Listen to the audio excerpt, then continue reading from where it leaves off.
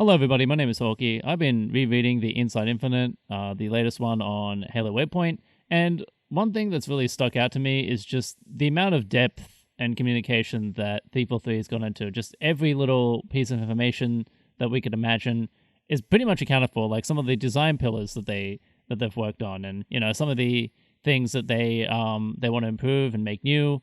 Why they went for a 12v12 player count.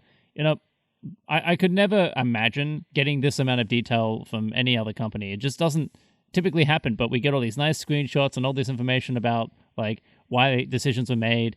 And it really allows like this two sides of communication because like we've got all this stuff, right? We've got all these things that like we know that we could potentially like have and roughly some of the thoughts behind it. And then we can actually play it for ourselves this weekend and then come back and say, well, look, like, I know you've put a lot of effort into this particular system or whatever, but maybe we don't like it as much. It's a really good way to develop a game, especially something that's a live service style of game, because, like, it actually means that, like, the game can become a lot better than what it is. Now, obviously, too much feedback can come in and it can dilute things, but typically, I think, like, we have a pretty balanced community in terms of voices and opinions. I think like there's a way to appease everybody, and in a certain way, I would say. If you want a perfectly good example, one of the problems that came up in the community recently was the progression system and challenges. So at the moment, they've basically detailed every single thing that can happen. Provided all this context and information. And I really like how they've done that. It basically just lays out all the information that you would need. Think like specifically weekly challenges. You can see that here in the blog. That'll link in the description. But also like they have things for dailies as well, like how it works, like how there's different stages and roughly how long it would take to get through daily challenges. Like it's pretty cool, and I'm a big fan of like what they've been able to do. With these blogs, like they provide a lot of information that a lot of companies wouldn't.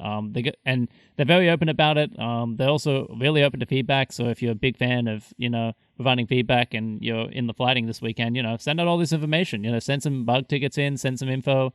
That's where they want them. They want info on the Waypoint forums, and they want things through tickets. So feel free to send them.